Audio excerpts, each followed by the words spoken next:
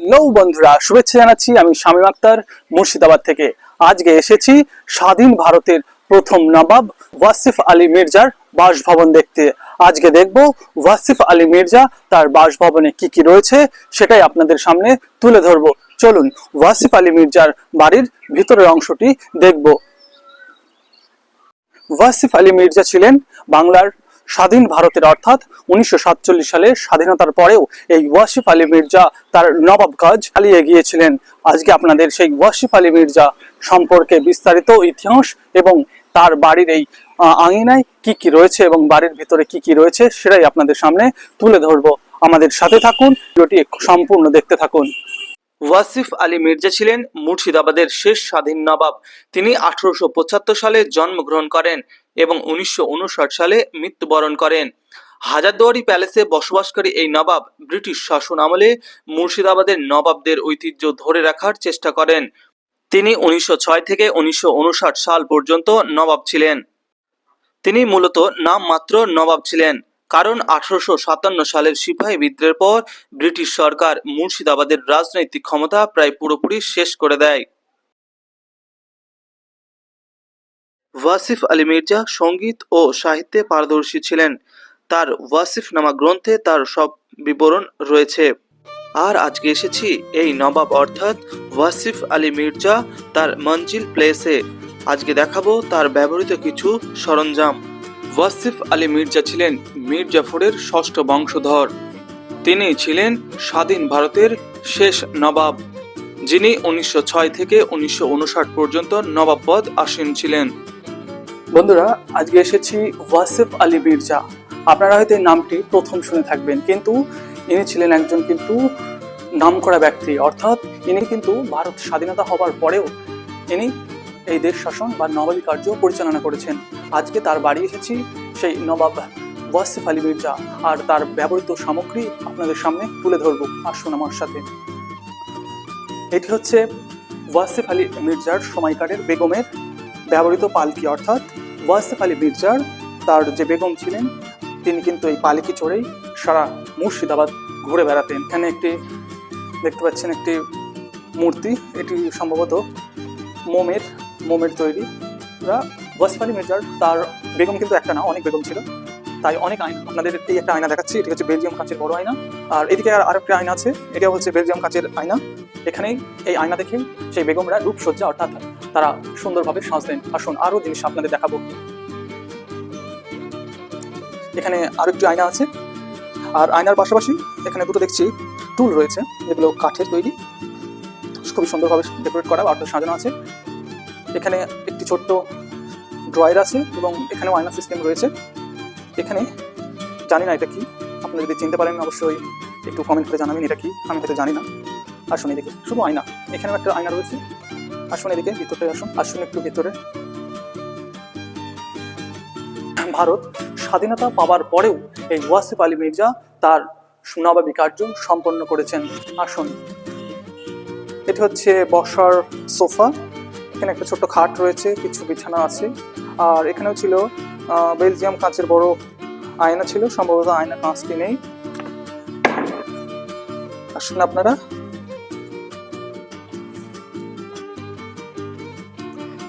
এই যে আরো একটি আয়না আছে, এখানে দেখতে পাচ্ছেন আয়নাগুলো। এটি হচ্ছে হাতির পিঠে ব্যবহৃত হাওদা। আপনারা দেখেছেন, এখন বর্তমান সময়ে দেখবেন হাওদা হয়তো আপনারা চেনেন না। হাতির পিঠে যে একটা গদির মতো বসানো থাকে সেটাকেই বলে হাওদা, আর এই হাওদা এখানে রয়েছে। এটি হচ্ছে কাঠের সম্পূর্ণ, এবং এই যে এটি হচ্ছে পাদানি, অর্থাৎ এটাকে পা দিয়ে উপরে হাতির পিঠে উঠতে হয়। আসুন আরো জিনিস দেখাচ্ছি। এই যে নবাবী সময়কারের কিছু ব্যবহৃত চীনামাটির কাপ এবং বাসনপত্র এগুলি রয়েছে। আসুন এদিকে আসুন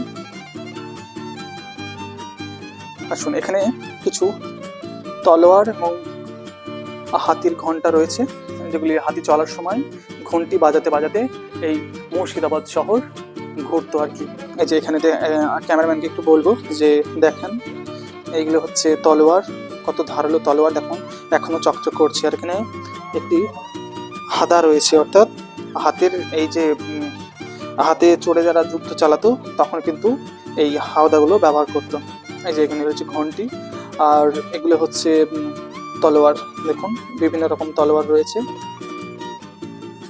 আপনাদের কিছু পুরনো নথি দেখাবো। এটি হচ্ছে সেই সময়কার একটি সুন্দর একটা ড্রেসিং টেবিল আর কি।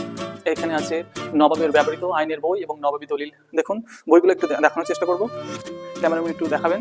এই যে এই বইগুলো দেখতে পাচ্ছেন, এগুলি হচ্ছে কিন্তু সেই সময়কারের, অর্থাৎ নবাবী সময়কারের ব্যবহৃত দলিল। এদের ভাষাগুলো হচ্ছে সবই ফার্সি ভাষা, উর্দু ভাষা, এইসব ভাষাও কিন্তু ব্যবহার করা হয়েছে। এখন কিন্তু এগুলো আর খুলে দেখার মতো সুযোগ নেই, কারণ এটি একটি সংরক্ষিতভাবে রাখা হয়েছে, যা আপনাদের দেখানোর জন্য এই বাইরে থেকেই আমি দেখাতে পারবো। বন্ধুরা, আরও কিছু জিনিস আপনাদের দেখাই, আপনারা এখানে আসবেন। এটাও হচ্ছে বেলজিয়াম কাচের 4টি আয়নার একটি ড্রেসিং। এগুলো হচ্ছে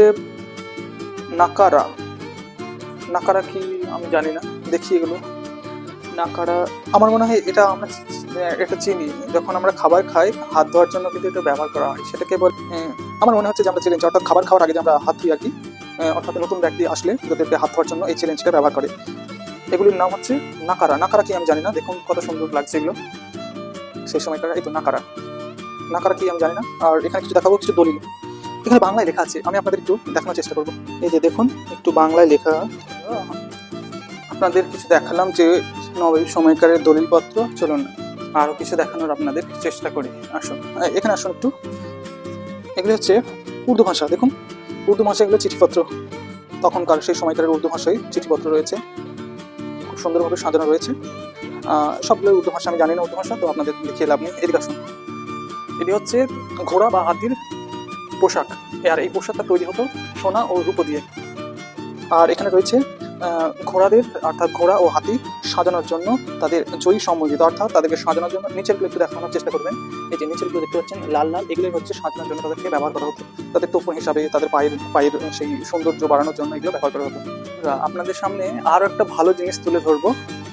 এটা হচ্ছে ওই তো দেখালাম হাতি ও ঘোড়ার পোশাক, এটাও হচ্ছে ঘোড়ার পোশাক ও হাতির পোশাক, সুন্দরভাবে সাজানো আছে। এটি কি সোনা ও রূপো দিয়ে তৈরি, আপনারা দেখতে পারেন। একটু ক্যামেরাম্যানকে বলবো একটু কাছে এসে দেখানোর জন্য ড্রেসটা কত সুন্দর লাগছে। এই যে সাদা এগুলো দেখতে পাচ্ছেন, এগুলো সব কিন্তু রূপো ব্যবহার করা হয়েছে, অর্থাৎ মানুষ সোনার রূপো ব্যবহার করতো, হাতি ও ঘোড়াও সোনার রূপো ব্যবহার করতো তাদের পোশাকে। আসুন এদিকে ওয়াসিফ আলী মির্জার ব্যবহৃত পালঙ্ক। আপনারা কোনো মিউজিয়ামে হয়তো এইভাবে ভিডিও করে দেখায় না, আজকে আপনাদের সেই নবাবদের ব্যবহৃত পালঙ্ক দেখাবো। আসুন এই যে এটি হচ্ছে নবাব ওয়াসিফ আলী মির্জার ব্যবহৃত পালঙ্ক, এখানেই তার বেগমকে নিয়ে শুয়ে থাকতেন। আসুন একটু ভালো করে দেখানোর চেষ্টা করবো। দেখুন কত সুন্দর, কাঠগুলো কিন্তু খুবই মজবুত, এখনো কিছুই হয়নি কাঠগুলো। ওয়াসিফ মঞ্জিল শুধুমাত্র একটি রাজকীয় প্রাসাদ নয়, এটি ইতিহাসের এক নীরব সাক্ষী। মুর্শিদাবাদের নবাবদের গৌরবময় অতীত, চক্রান্ত, সংগ্রাম আর পরিবর্তনের গল্প বয়ে বেড়ায় এর প্রতিটি ইট পাথর। কিন্তু সময়ের সাথে সাথে এই ঐতিহাসিক স্থাপনাগুলো হারিয়ে যেতে বসেছে। আপনার কি মনে হয়, আমাদের কি এই ঐতিহ্য সংরক্ষণ করা উচিত? আপনার মতামত কমেন্টে জানান। এমনই আরও ঐতিহাসিক রহস্য ও গল্প জানতে আমাদের চ্যানেলটি সাবস্ক্রাইব করুন এবং ফেসবুক থেকে দেখলে পেজটি ফলো করুন।